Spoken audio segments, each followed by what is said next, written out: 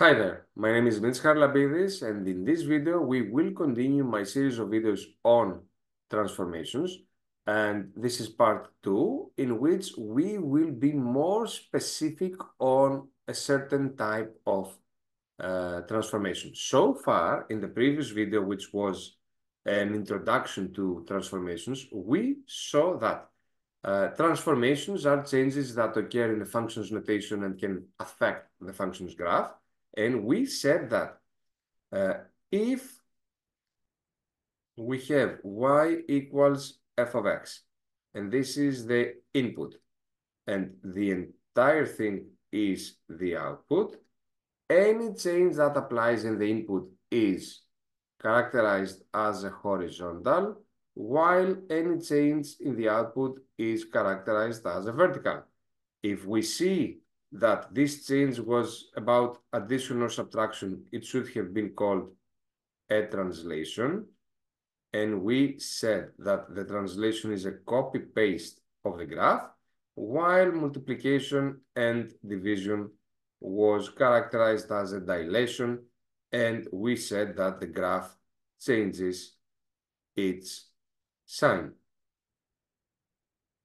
Now, we should start exploring more, and we should be more specific on these transformations. I will start with the first case from f of x to f of x plus k. With a quick interpretation, I can see the following. First of all, the change occurred in the output into the entire f of x. So that definitely makes it a vertical. What do we mean by vertical? It moves upwards or downwards. And the it refers to the graph. Secondly, the type of change was an addition. The addition certainly makes that a translation.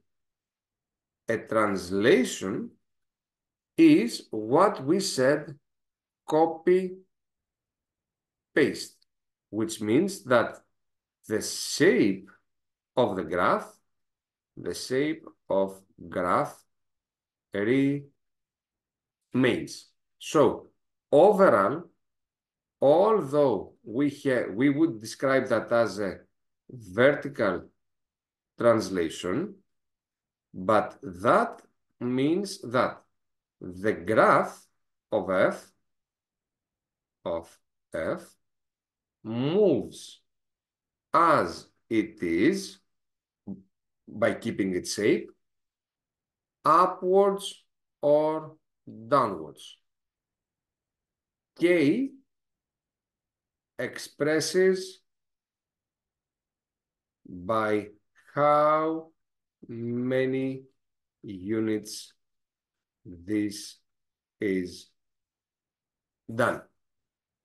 And also, and towards which direction.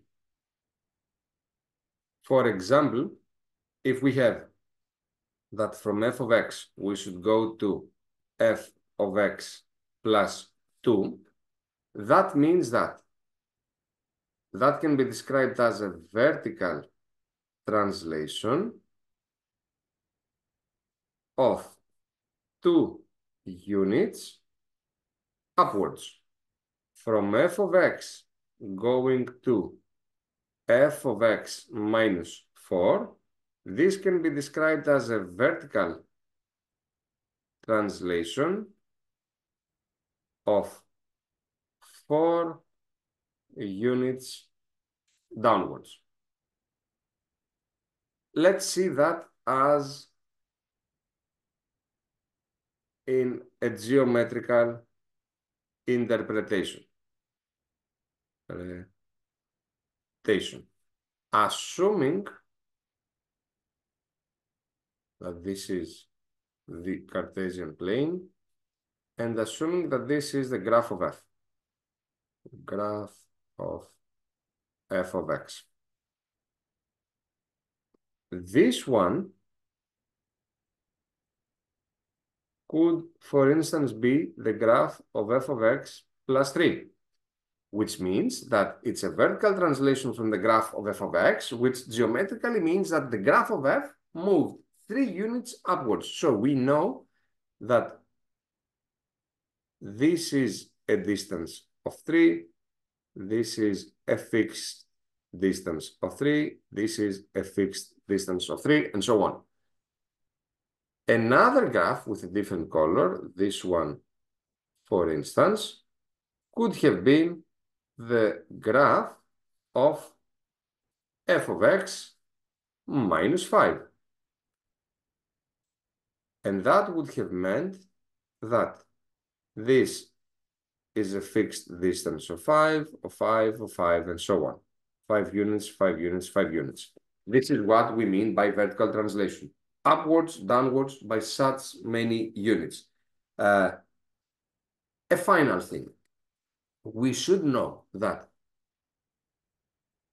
all, or basically, when a graph is translated, when a graph is transformed in general, this means that each one of the graph's points are also transformed. Let me write that. When a graph is transformed, then each one of its points follow this transformation. The way we describe a transformation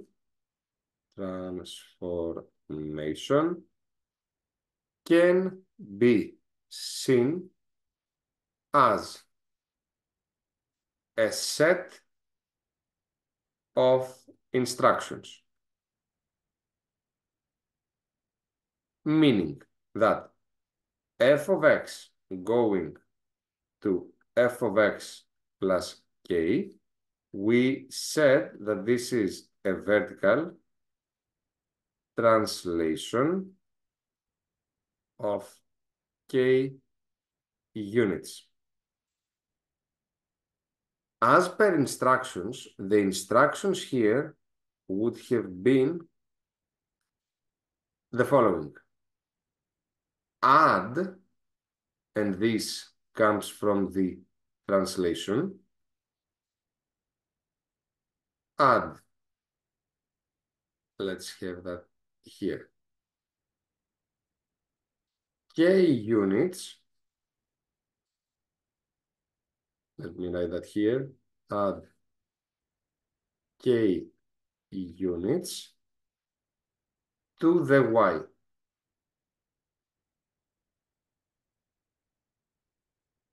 To y.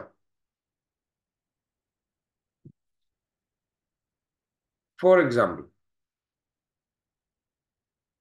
if I have f of x to f of x plus 2, I know that this is a vertical translation 2 units upwards. And now, if I knew that point A with coordinates 1, 5 was originally on the graph of f, but I need to find where are the new coordinates of that corresponding point, I should follow the instructions. The instructions, when we describe it as a vertical translation 2 units upwards, the instructions tell me that I should add, that comes from the translation, vertically, so just in y, add in y, 2 upwards. So add 2. Add 2 in y, considering that each point is given as xy, would lead to 1, 5 plus 2. So the new point will be the one with coordinates 1 and 7.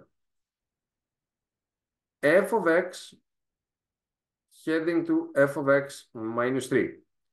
This is still a vertical translation of 3 units downwards, or we don't say of, vertical translation 3 units downwards, but the instructions here would have been that add or subtract. Since it's downwards, it should be subtract 3 units from y. So if once again I started with that point 1,5, the new coordinates would be 5 minus 3. So it should move to 1,2. We can see that clearly geometrically as well. If, for example, I had that being the graph of f, and here I had the point with coordinates 1,5. If this on top is the graph of f of x, what do we say, plus 2, the corresponding point obviously will have the new coordinates of 1,7. And similarly, in f of x minus 3, it would have had the 1,2. So, again, on the translations and on the vertical translation, the graph moves exactly as it is by keeping its shape upwards or downwards, depending on the value of k. Geometrically, this can be seen as that. We have the black one representing f of x, the blue one f of x plus 3, moved 3 upwards, the green one f of x minus 5, having moved 5 units downwards. Every time, this is also important, we will see that often in exercises. Every time a graph is transformed, its points follow this transformation. So the way as well that we use to describe the transformation can be seen as a set of instructions to what should happen to its points. Vertical means that you should only relate that change with the y. Translation means that you should relate that change with either addition if k was plus 5, let's say, or subtraction if k was minus 2. And that's all. Then you take the coordinates of the point and you apply these instructions on it. Let's see as well, so that will be done with translations, the second case, which is the f of x to f of x plus k. Here, that could be described as a horizontal, because it was applied in the input, translation, because we can see addition. And remember that as well, translation means copy, paste. So if we want to describe this whole transformation in simple words, we would have said that the graph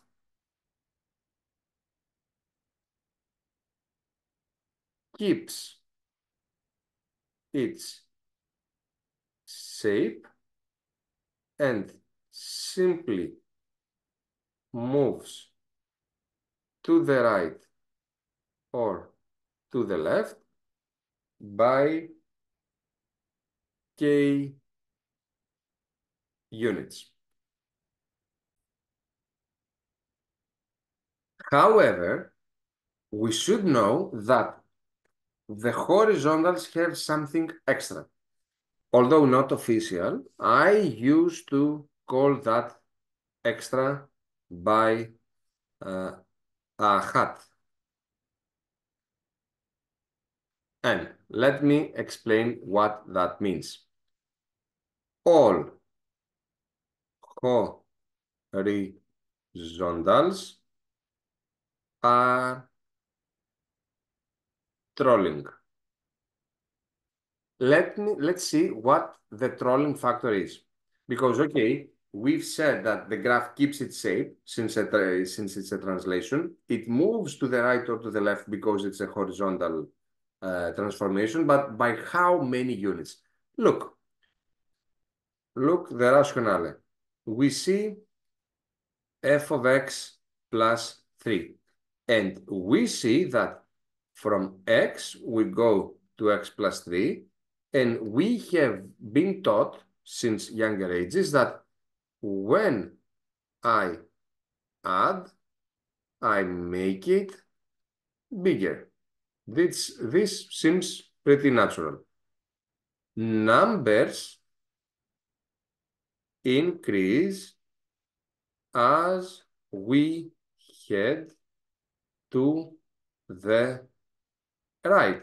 Indeed, it's 3, 4, 5, 6, 7. This also seems natural. So our instinct, our natural conclusion should be that since I make it bigger and since numbers grow as we go to the right, the graph moves to the right. But this is exactly where the trolling part is. The graph will move to the left.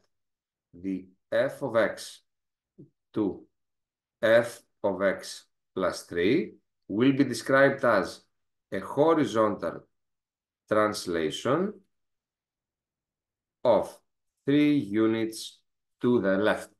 Similarly, the transformation from f of x to f of x minus 2 will be described as a horizontal translation 2 units to the right. Let's see some examples to visualize easier all that. This is the x, this is the y, assuming that this is f of x. Let's change the color. This, for instance, could be the graph of f of x minus 3. That means that every single corresponding point has a difference of 4. It's simply of 3, sorry. It simply moved 3 units to the right. 3, 3, and all that 3. Similarly, for instance, this could have been the f of x plus 10. And that meant that this is 10, that this is 10, and that this is 10. But this time it moved to the left. Again, what did we say about the coordinates of points? The way we describe a transformation can be seen as a set of instructions so that we can understand where the points of the graph will be transformed at. But this time, remember that the horizontals are trolling only in their functions notation, not in the real interpretation of them. So, for example, if we have f of x going to f of x plus 2, this can be described as a horizontal translation 2 units to the left. As per instructions, this would mean add or subtract, but since it is done to the left, we should do subtract.